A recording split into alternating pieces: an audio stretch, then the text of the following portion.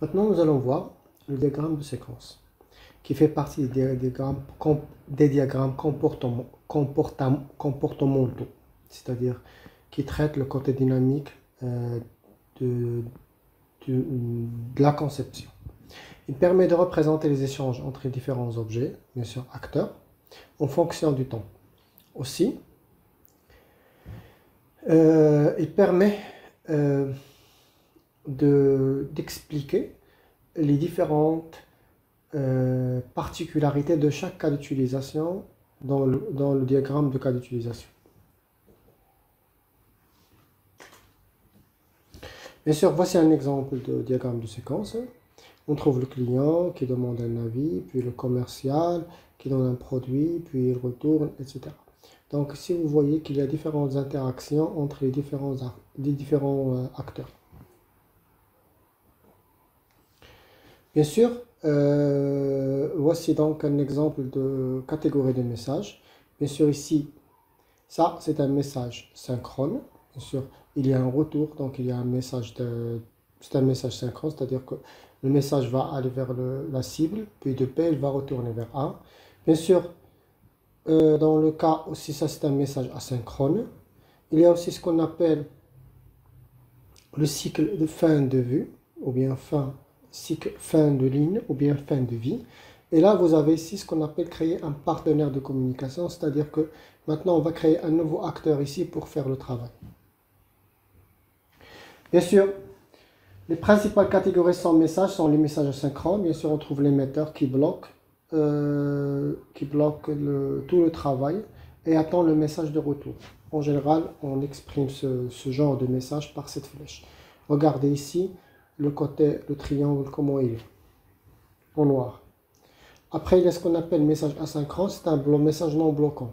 C'est-à-dire que le message envoyé peut être pris par le récepteur à tout moment. Et bien sûr, l'émetteur n'attend pas la réponse du récepteur.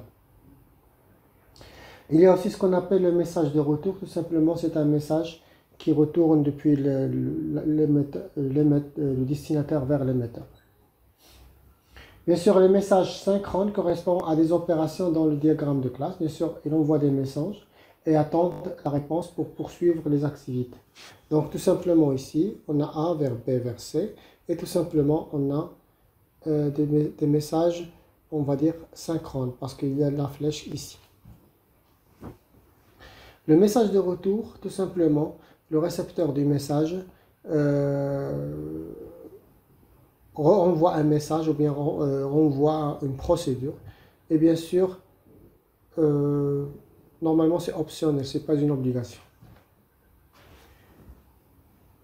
Maintenant, la destruction d'un message. Donc, tout simplement qu'un message peut entraîner la création ou la destruction des objets, c'est-à-dire la création d'un objet matérialisé par une flèche qui pointe vers le sommet. Bien sûr, la destruction est matérialisée par une croix. C'est-à-dire ici, si on voit ici le message objet, create objet, c'est-à-dire ici, je vais créer l'objet. Mais si j'envoie le message ici et je vais terminer avec une croix, ça veut dire que je vais neutraliser l'objet. Maintenant, il y a ce qu'on appelle un message trouvé ou bien un message perdu. Ça veut dire quoi? Ça veut dire que si on traite un système et on a un message qui nous parvient de l'extérieur, tout simplement, il y a un message qui entre et un message qui sort.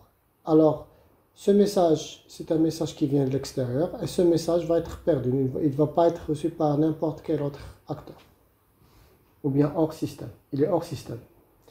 Bien sûr, un message réflexif, c'est une méthode de l'objet, ou bien c'est un appel récursif, c'est-à-dire que l'acteur fait appel à lui-même. Bien sûr, la durée est contrainte temporelle, tout simplement, c'est un message qui donne un délai au récepteur de telle sorte à ce qu'il attend le message dans ce délai-là. Sinon, ça va être perdu. C'est-à-dire qu'il ne va pas tenir compte de ce message. Bien sûr, il y a aussi la notion de temporel, c'est-à-dire ici, je peux faire ici délai inférieur à 9 secondes, c'est-à-dire que le récepteur a 9 secondes pour renvoyer la réponse, sinon il ne va pas être accepté. Bien sûr, voici un exemple de diagramme de séquence. Bien sûr, On trouve ici diagramme, participant, ligne de vie. Bien sûr, ici, on trouve une activation d'un processus. Ici, un message. Ici, bien sûr, un self-call ou bien, on va dire un message réflexif. Bien sûr, ici, il y a une chose. On peut par exemple prendre un diagramme de séquence et tout simplement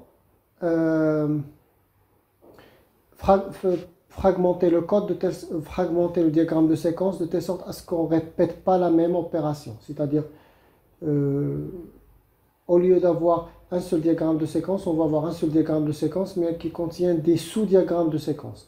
En général, on appelle ça, c'est un fragment ou bien fragment d'interaction. En général, on met au-dessus une étiquette, c'est-à-dire pour dire quel type de diagramme de séquence exactement. Bien sûr, les opérandes d'un diagramme d'un opérateur, bien sûr, sont séparées par une ligne pointillée. Bien sûr, tout simplement, on trouve les crochets. Bon, bien sûr, les principalement d'instants, les boucles, les branchements, etc. Tout simplement, il y a ce qu'on appelle différentes, on va dire, comme la programmation, les boucles, etc. On trouve, ici, on va les mettre, mais dans le diagramme de séquence. Bien sûr, le premier fragment d'interaction combinée, c'est opt. Opt, tout simplement, c'est une opération à une condition, c'est-à-dire, si la condition est exécutée, on aura cette exécution de ce code.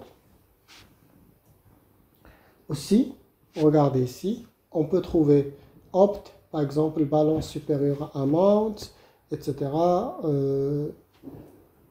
Bien sûr, l'opérateur alt est un opérateur conditionnel possédant plusieurs opérandes séparées par des pointillés. C'est l'équivalent de l'exécution à choix multiple. Bien sûr, ici, si on a par exemple alt, condition 1, on aura cette exécution, sinon ce processus, sinon else, ce processus.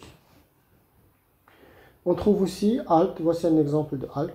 Bien sûr, alt, miner, perdre, numéroter, bon, en général, ça c'est l'exemple d'un jeu sur un téléphone.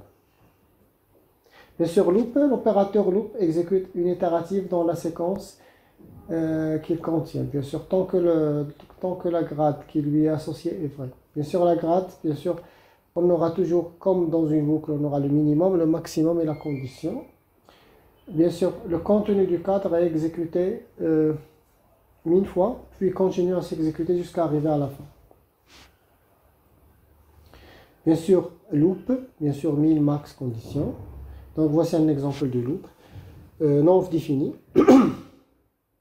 Bien sûr, ici, tout simplement, on va faire un geste, transmettre les données, puis refaire les données. Bien sûr, ici, ça va être de manière répétitive. On peut dire que c'est une boucle indéfinie. Bien sûr, par, ou bien le par, donc tout simplement, l'opérateur par contient au moins deux sous-fragments, opérandes séparées par des points, on va dire, etc., qui s'exécutent simultanément. En fait, ce sont des processus qui s'exécutent de manière simultanée. Et bien sûr, strict, par, bien sûr, etc. Alors, ref, tout simplement, va utiliser une interaction qui consiste à placer un fragment portant la ref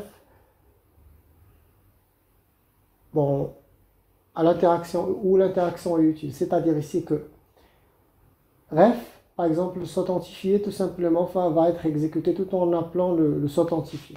D'accord?